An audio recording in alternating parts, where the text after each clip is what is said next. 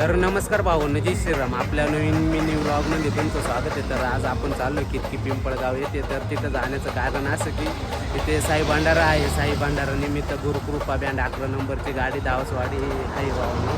तर आपला व्लॉग पूर्ण शेवटपर्यंत बघत राहा. तर आपल्यासोबत आहे बँडवाला निक्या.